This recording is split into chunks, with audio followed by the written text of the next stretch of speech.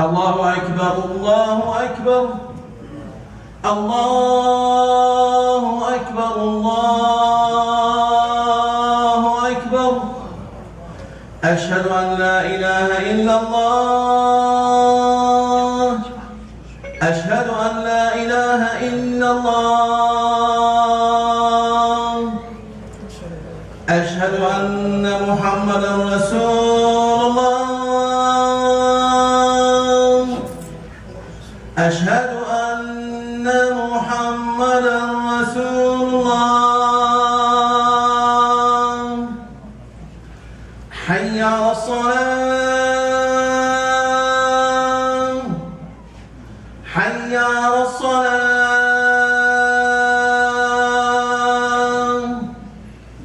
حي على الفلاح حي على الفلاح الله أكبر الله أكبر لا إله إلا الله.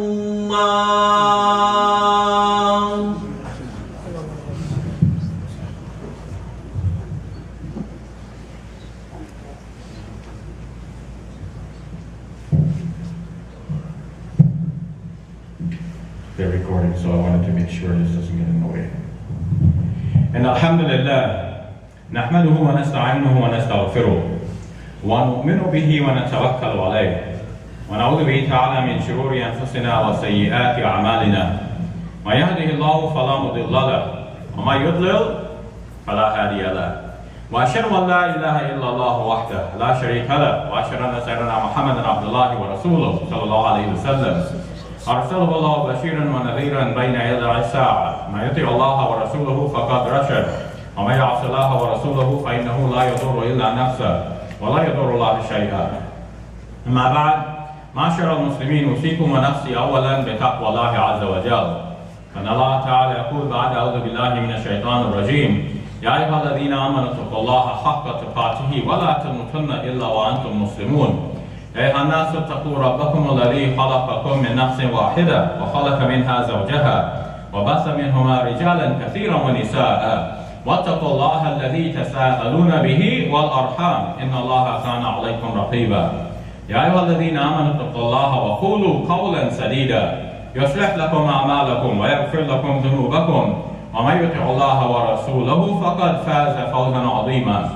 إن أصدق الحديث كتاب الله وخير الهدي هدي محمد صلى الله عليه وسلم وشر الأمور محدثاتها وكل محدثة بدعة وكل بدعة ضلالة. Now, in this khutbah, I want to first thank Allah subhanahu wa ta'ala, and I ask Him to send peace and blessings upon all of His prophets and messengers. And I also want to thank all of the persons who made it possible for me to be standing here before you giving this khutbah today. I want to thank the Imam Inayat for sharing this mimbar with me, and I want to absolve him of any responsibility. If I say anything wrong, please don't come back and blame the Imam. He was only trying to do something good. My name is Shabir Ally. I'm visiting here from Toronto, Canada. I was invited here by the MSA. I see Brother Munib Zia of the MSA is here to deliver a talk last night at Georgia Tech. And the fact that I was here in town it presented the opportunity for the Imam to invite me here to speak before you as well. And I'm so delighted that I'm doing that. My brother-in-law is here who drove me here. I'm staying at his place, and I thank him and his family as well for hosting me in this beautiful community. My sister-in-law, another sister-in-law, lives not too far away from here, and they normally frequent this masjid, but they're teaching at a school in Marietta. So my brother-in-law is there at school today, and he couldn't be with us for this Jummah prayer. So here we are. I want to give a talk befitting the occasion. Having thanked Allah subhanahu wa ta'ala and thanking the people who made it possible for us to do something good for His sake, let us get on with the topic. Yesterday was the last day of what we call Ayam Tashriq, the days on which the Eid was celebrated, and they're called Ayam Tashriq, relating to the fact that in ancient times people had to dry their meat for preservation. So those were the days on which the meat was being dried. And some scholars said that up until yesterday, it was possible to perform the Hedaya. That means the day of Eid itself plus 3 days later. And some scholars say plus 2 days later. In any case, all agreed that up until yesterday, those were the days on which we recited the takbir. And now those glorious, beautiful days are past behind us. But we should come out of those days with the lessons from those days. In the Quran, Allah subhanahu wa ta'ala says, وَاذْكُرُوا اللَّهَ فِي أَيَّامٍ مَعْدُودَاتٍ. Remember Allah on the appointed days, on the numbered days. And they are said to be 3 days in total, but if you need to hurry up, then even in 2 days. But the 3 days are now gone. But what lessons do we come out of those days with? We focused during those days on Ibrahim alayhi salam and the story of his life. The story of Ismail alayhi salam and his mother, Hajar. So what are those important lessons? We can spend many khutbahs dealing with that, but in this khutbah I want to focus on 3 things related to the life of Ibrahim alayhi salam. And I'd like to relate each one of the 3 things to the letter D. The letter D. So these will be my 3 Ds. Usually Ds are not good grades, but I want you to remember these 3 Ds, and let's see if we can apply these in our lives. The first D I want to speak about is dua. Dua. And of course we all make dua today, but did you realize that many of the du'as we make actually are du'as that Ibrahim alayhi salam already made? In the Quran, in the 14th chapter, from the 35th ayah to the 41st ayah, we have a very long dua that was made by Ibrahim alayhi salam, and part of that dua is Rabbi ja'alni muqima as-salat wa min dhurriyyati. Do you still make this dua today? Show me your hands if you still do. So this is the dua of Ibrahim alayhi salam. It says, "My Lord, make me among those who observe the salat, the prayer, and from among my progeny also, let there be those who will observe the prayer." So one of the things that Ibrahim alayhi salam prayed for in this dua, we should pray for all of those things in whatever language we speak, because Allah subhanahu wa ta'ala knows all languages. So we should reach out to Him. Before we express our thoughts, Allah subhanahu wa ta'ala knows them. What are the things? Imam al-Razi rahimahullah in his tafsir, Mafatih al-Ghaib, the keys to the unseen, that's the name of his tafsir. It's also called the Tafsir al-Kabir, the big tafsir, or the giant tafsir if you like, because this was a massive tafsir written in the Arabic language. Unfortunately, we don't have an English translation of it yet, and it would be difficult to produce such a work in an English translation, though it can be done. He says there are 7 things that Ibrahim alayhi salam prayed for, but he didn't number the 7 things according to the items prayed for. He numbered he segmented the dua, starting each time with when Ibrahim alayhi salam starts some new discourse. For example, when he says Rabbana or Rabbi, appealing to Allah Azza wa Jal. In my own way, I tried to itemize the 7 things, and I hope I'll remember all of them, but I'll try to give them to you in a gist. The first thing he prayed for is for security. He was settling his family in an uncultivated and barren region, and in an unhospitable environment. So he prayed to Allah subhanahu wa ta'ala to grant security to his family. Now, why is security mentioned first? Imam al-Razi rahimahullah says that is to teach us that security and peace and harmony is one of the most important conditions for both religion and for life. You might have thought, okay, the first thing Ibrahim alayhi salam would pray for is for something that we might call religious. But here Imam al-Razi rahimahullah is explaining that as a precondition for people to enjoy religion and life, you need security. So I want to reflect upon this and say that some of our youth who have taken it into their own hands to inflict violence in the world, and they say that they're doing that in the name of Islam, they are misrepresenting Islam. When we study the religion very deeply and reflect on things like this, like the simple dua of Ibrahim alayhi salam, we come to see how important security is for life and for religion. When people are at peace, they can think about religion. When people are not at peace and war prevails, people are thinking about fighting and on the life hereafter. They're thinking about the immediate situation of how to be safe from what is happening at the moment. So security is very important. The next thing that Ibrahim alayhi salam prayed for is for Allah subhanahu wa ta'ala to save him and his progeny from worshipping idols. So we might expand this thought and think more holistically about Iman. So if the first point was about Al-Amn, which means security, the second point is about Al-Iman, which means faith, and especially faith in Tawheed and monotheism. So we should be making dua to Allah subhanahu wa ta'ala to protect us and protect our families, our children especially, in a hostile environment, an environment that is not conducive to faith. How do we bring up children in this environment and keep them faithful? This is a continuous task, and we have to ask Allah subhanahu wa ta'ala for His help in these tasks. Now at this point, some people may be saying, you know, I've been praying to Allah and He doesn't seem to answer our prayer. So how does that go? Well, in our tradition, we are taught that there are three ways in which Allah subhanahu wa ta'ala answers a dua. One is that Allah subhanahu wa ta'ala gives us specifically what we ask for, and then we're all happy, right? But then, there's another way. The second way is that Allah subhanahu wa ta'ala stores up a reward for us in the life hereafter instead of giving us what we ask for. Because sometimes what we ask for may not actually be good for us. We don't know the future, and we are asking for something because we feel that that thing is good for us. But we don't know what is in store for us if we got that thing. A young man prays, Ya Rab, give me a motorcycle. I really want a motorcycle. So he gets a motorcycle, and then he goes and he crashes with his motorcycle. He injures himself. Maybe he gets killed in that way, causing distress to his parents.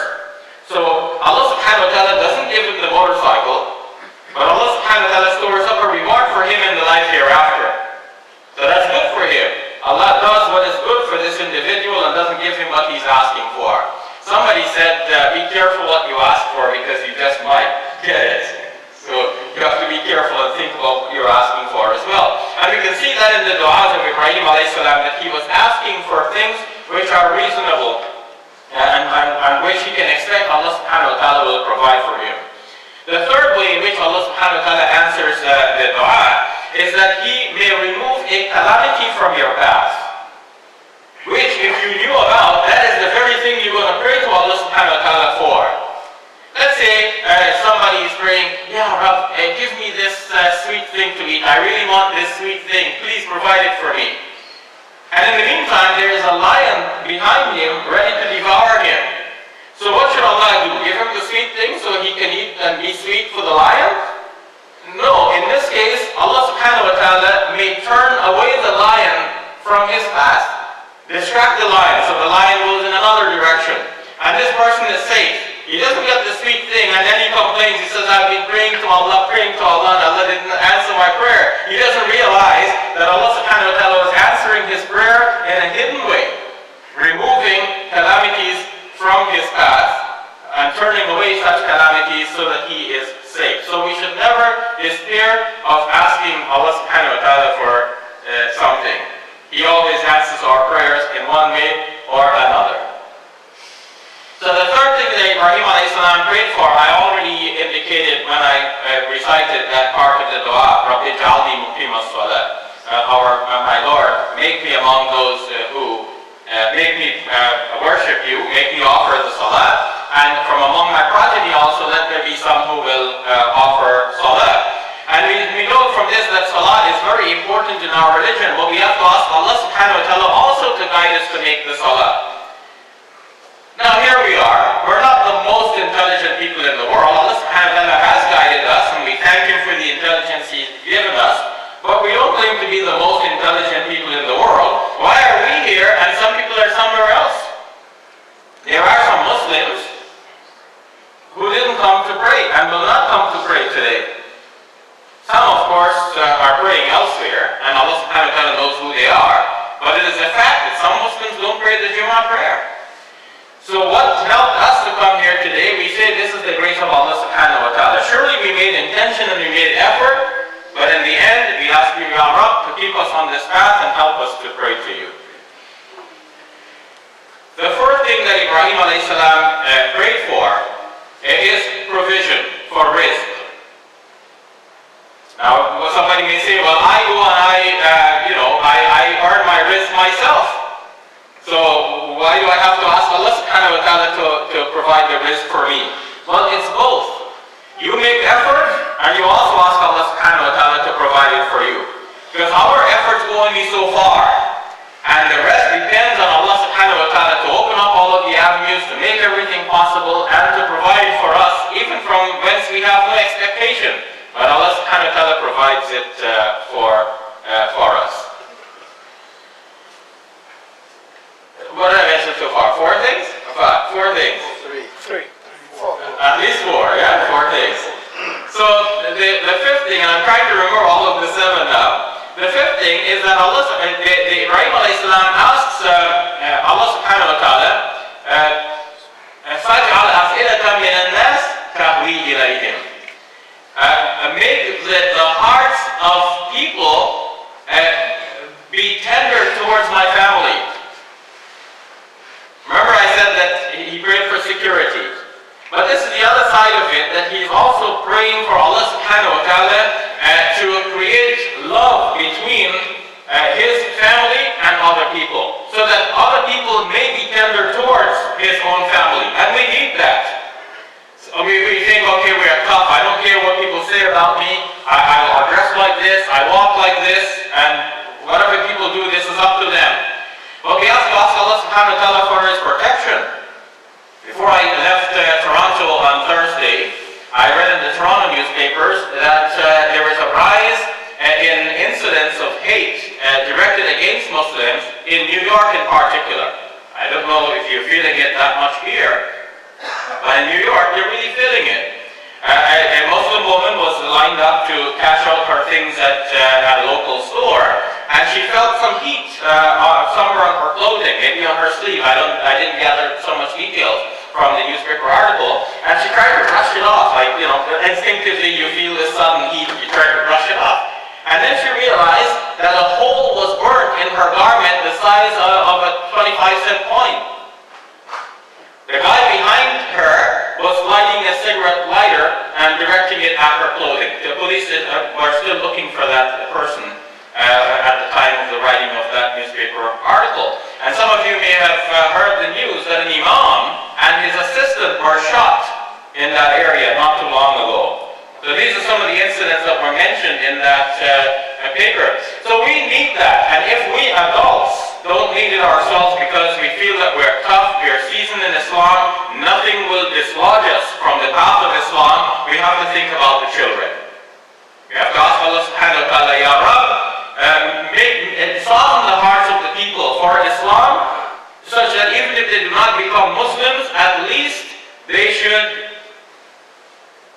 have some respect for the laws of the land, and they should have some respect for their fellow human beings. They don't respect us for the fact that we are Muslims. Let them at least have respect for fellow human beings and not harm us and our children or anyone. And at the same time, we teach our children not to harm anyone. So those are 5 things so far. The 6th thing is that Allah subhanahu wa ta'ala, through Ibrahim alayhi salam, is teaching us to ask for forgiveness.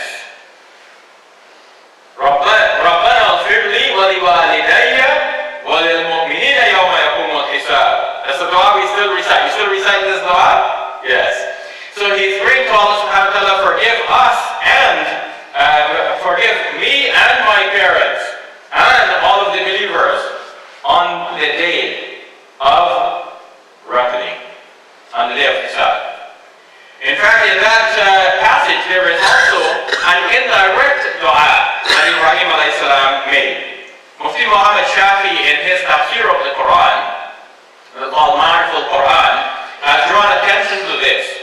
When Ibrahim alayhi salam spoke about people worshipping idols, he said, whoever follows me, he's one of mine. وَمَنْ أَصَانِي فَإِنَّكَ غَفُورٌ رَحِيمٌ. Whoever disobeys me, which seems to mean whoever disobeys me to the point of worshipping idols, then you are Ghafur and Rahim. So there's an indirect dua, not a direct one, but an indirect dua, a sort of wish from the heart of Ibrahim alayhi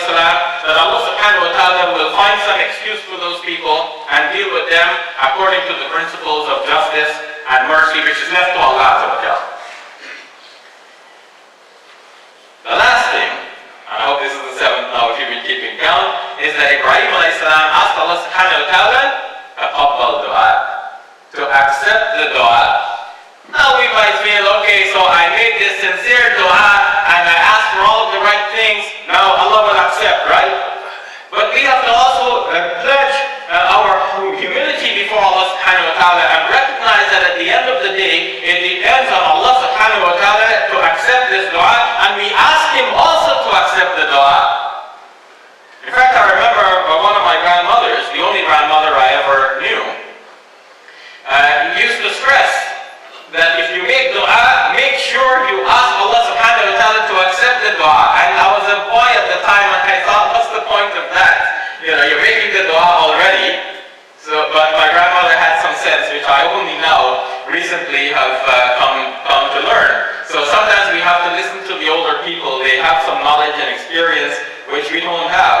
And when we grow older, we find ourselves turning into our fathers, turning into our grandparents, and saying the same things all over again. So those are the things that Ibrahim alayhi salam asked for. Read it yourself in the 14th surah of the Quran, the 35th ayah to the 41st ayah. If you don't remember the verse numbers, you will remember that it's on the second to last page of Surah Ibrahim. Surah Ibrahim is the 14th chapter of the Quran. So start from the back, past one page, the next page you have this extensive dua. So that's the first D, right? I said I'll talk about 3 Ds. The first D, dua. The second D I want to talk about from the life of Ibrahim alayhi salam is da'wah. Da'wah. Now the Arabic word da'wah means actually technically the same thing as dua. But in our common usage, when we speak of dua, the first item, we're talking about making dua to Allah. And when we speak about da'wah, we talk about an invitation, especially inviting others to the religion of Islam. Now in the Urdu language, the word da'wat, which is the same word, is usually used if you're inviting somebody to your house for dinner. So you say you have a da'wat in your house, right? But the word da'wah in Islam is a very important word that we should not forget. And we see this in the life of Ibrahim alayhi salam, that he was inviting people towards the message of Allah Azza wa Jal. You see this throughout his life. And we Muslims have to follow his example. Because we say that we are on the millah of Ibrahim. According to the Quran, as some people are saying, Kunu hudan aw nasara tahtadu, be Jews or Christians and you will be guided. And the Quran tells us to say, Bal millata Ibrahim hanifa. No, the millah, the religion of Ibrahim, the upright one. That is the one we follow. We are on the religion of Ibrahim. So who can claim to be with Ibrahim alayhi salam?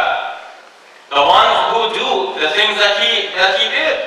In the Gospels, it is mentioned that Isa alayhi salam was disputing with some of his adversaries, and they were claiming to be children of Abraham. And Isa alayhi salam said to them, if you are children of Abraham, then you will do the things which Abraham did. And we, as an ummah, Muslims, are characterized as being on the millah of Ibrahim, and we continue with his traditions. But an important part of his tradition is the da'wah that he gave. And if we fulfill that, then we qualify for what Allah subhanahu wa ta'ala says when He says in the Quran, Inna awla nasi bi Ibrahim alladhina taba'uhu wa hadha an-nabiyyu walladhina amanu. Those who are most deserving of a right to Ibrahim alayhi salam are those who follow him. And this prophet, that is our Prophet Muhammad sallallahu alayhi wa sallam, walladhina amanu, and the believers. But we qualify for that distinction if we are going to do what Ibrahim alayhi salam did. So what did he do under this category of my second D for da'wah? Ibrahim alayhi salam was giving the message of Islam as a boy. When he talked to his people about their idols, he made them realize that their idols cannot speak. So then they had to think for themselves, if these idols do not speak, why are we worshipping the idols? They cannot defend themselves. How can they defend us? What can they provide for us? Why don't we pray to Allah Azza wa Jal? At an older age, he talked to people in a philosophical language to make them realize that the things that they were worshipping stars and sun and moon, celestial objects. And Ibrahim alayhi salam showed them through a careful argumentation that these things do not deserve to be worshipped. The sun shines during the day and we don't see it at night. The moon is there at night, but then it disappears under the brighter light of the sun during the day.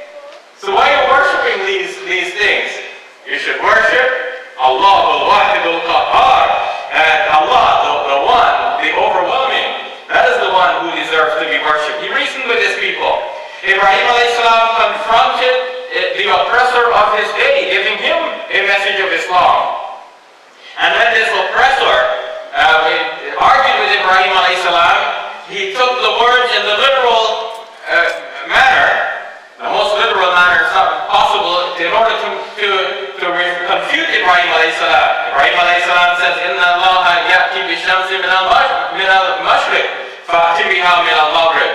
Allah causes the sun to rise from the east, so now you cause it to rise from the west, if you think you're so powerful. So Ibrahim alayhi salam used an argument that he could not answer to it. And so the Quran says, فَبُهِتَ الَّذِي كَفَرَ. So that disbelieving person, he was silenced by the argument eventually of Ibrahim alayhi salam. So what was Ibrahim alayhi salam doing? He was giving da'wah, invitation towards the right message of Islam. He was giving da'wah to his father, as we know from the 19th chapter of the Quran, when he was saying, Ya Abati, talking to his father in a loving manner. If you have a young Muslim here who is a convert to the religion, I want to advise you, if your parents are still non-Muslims, talk to them as nicely as Ibrahim alayhi salam spoke to his father.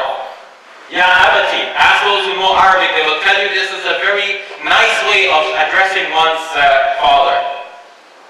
Even though the father did not believe in Allah Azza wa Jal and was worshipping idols, our traditions say he was even carving the idols for his people to worship. But Ibrahim alayhi salam said, Ya Abati, oh my father, قَدْ جَاءَنِي مِنَ الْعِلْمِ مَا لَمْ يَأْتِكَ. Some knowledge has come to me which did not come to you.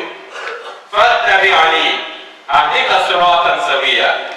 So follow me, I will guide you to a right path. This is how we have to speak to our parents. It's not that we are better than the parents, it's just that some knowledge has come to me, Dad, which did not come to you. Mom, some information came to me. Mom, I met somebody who introduced me to Islam. Mom, I live in a milieu in which this is not possible. Maybe when you were a youth, this was unthinkable. But now I have become a Muslim.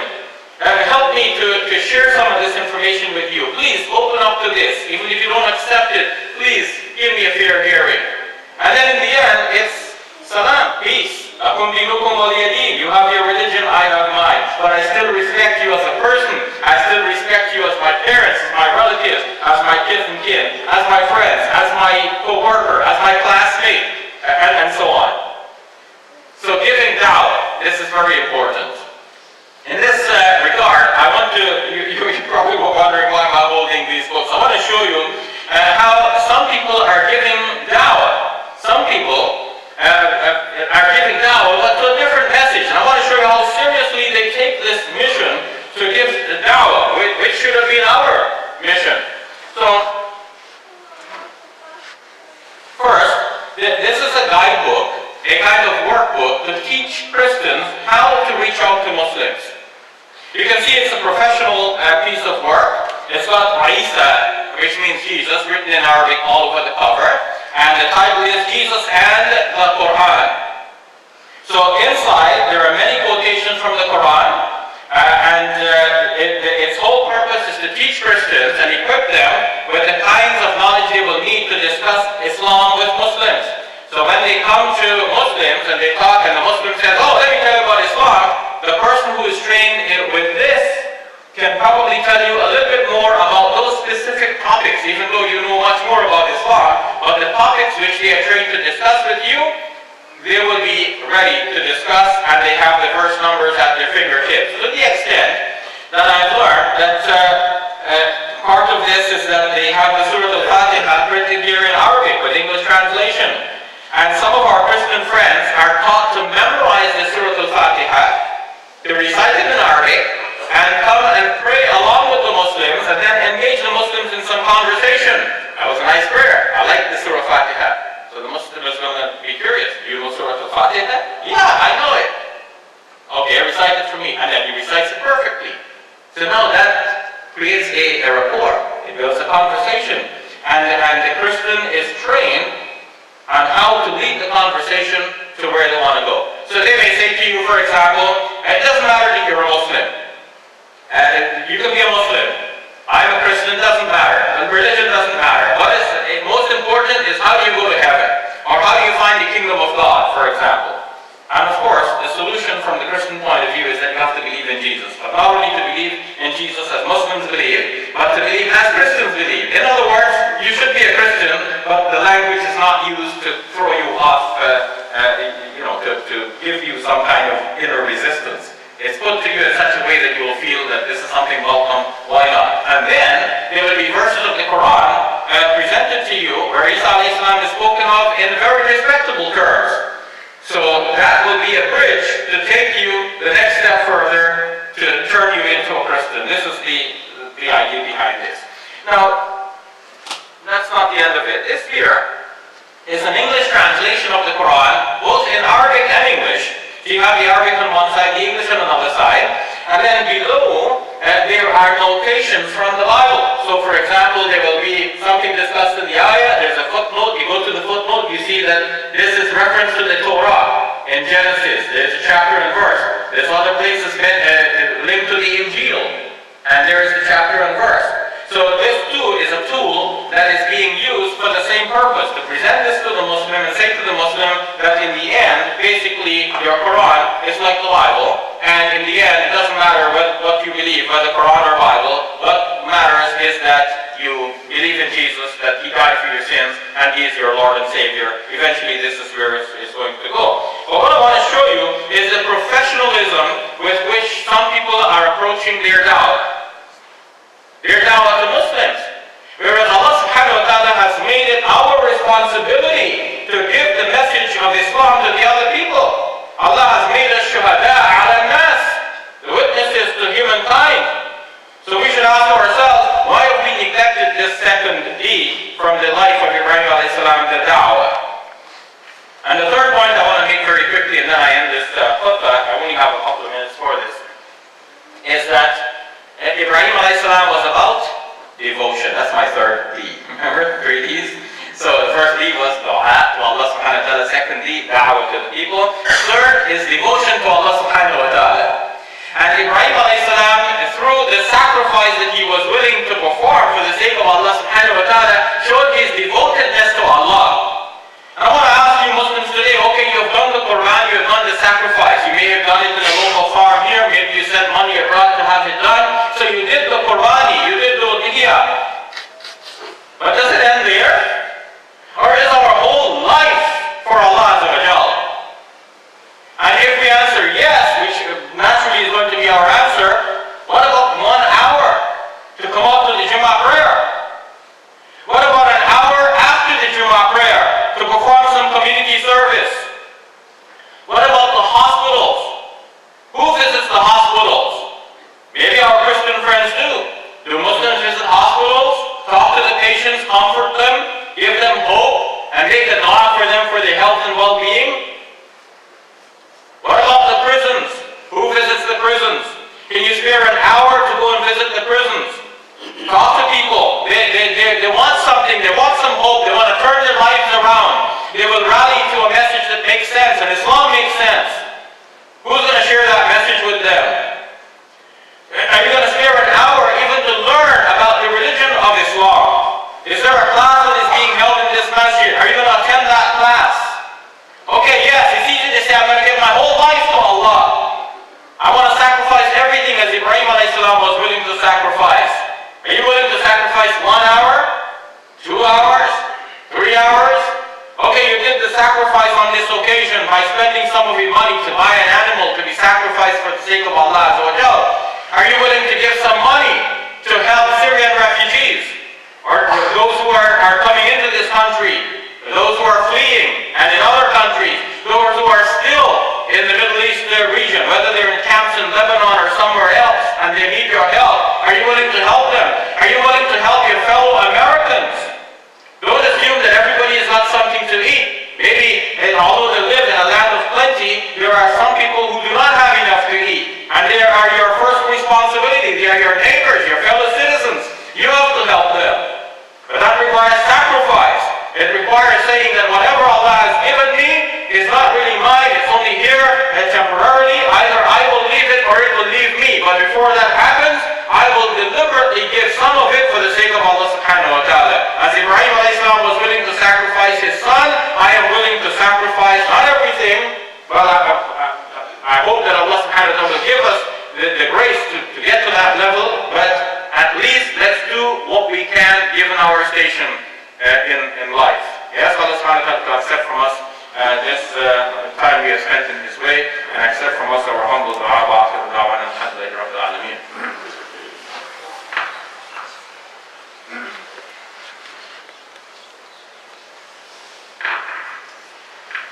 إن الحمد لله نحمده ونستعينه ونستغفره ونؤمن به ونتوكل عليه ونعوذ به تعالى من شرور أنفسنا وسيئات أعمالنا من يهده الله فلا مضل له ومن يضلل فلا هادي له وأشهد أن لا إله إلا الله وحده لا شريك له وأشهد أن سيدنا محمدا عبد الله ورسوله صلى الله عليه وسلم. أعوذ بالله من الشيطان الرجيم. إن الله وملائكته يصلون على النبي يا أيها الذين آمنوا صلوا عليه وسلموا تسليما.